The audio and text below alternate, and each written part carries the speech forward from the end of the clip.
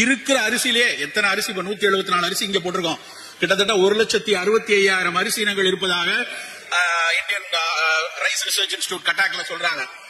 அத்தனை அரிசிகள்ல இதுவரை கண்டறியப்பட்டதுல மிகச்சிறந்த மருத்துவ குணம் கருப்பு கவுனி அரிசிக்கு மட்டும்தான் இருக்கு. அதுல இருக்கக்கூடிய அந்த கருமை நிறத்திற்கு பின்னால ஆந்தோசைனின்ஸ் அப்படின்னு ஒரு சத்து இருக்கு.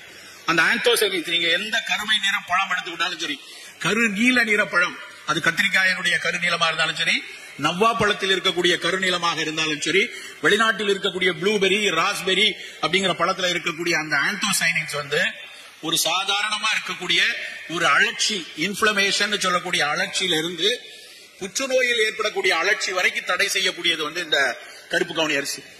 அப்ப அதை நம்ம உடனே ஒருத்தருக்கு லிம்போமா இருக்கு, சார்கோமா இருக்கு, உடனே கருப்பு கவுனி அரிசி கொடுத்தா சரியாயிரும் சொல்லதுக்கு வரல. ஆனால் தினம் தினம் அதை சாப்பிடும் போது, ஒரு பிடி அரிசியாவது அதை சாப்பிடும் போது புற்றுநோய் வருவதற்கான சாத்தியம் கண்டிப்பாக குறையும்.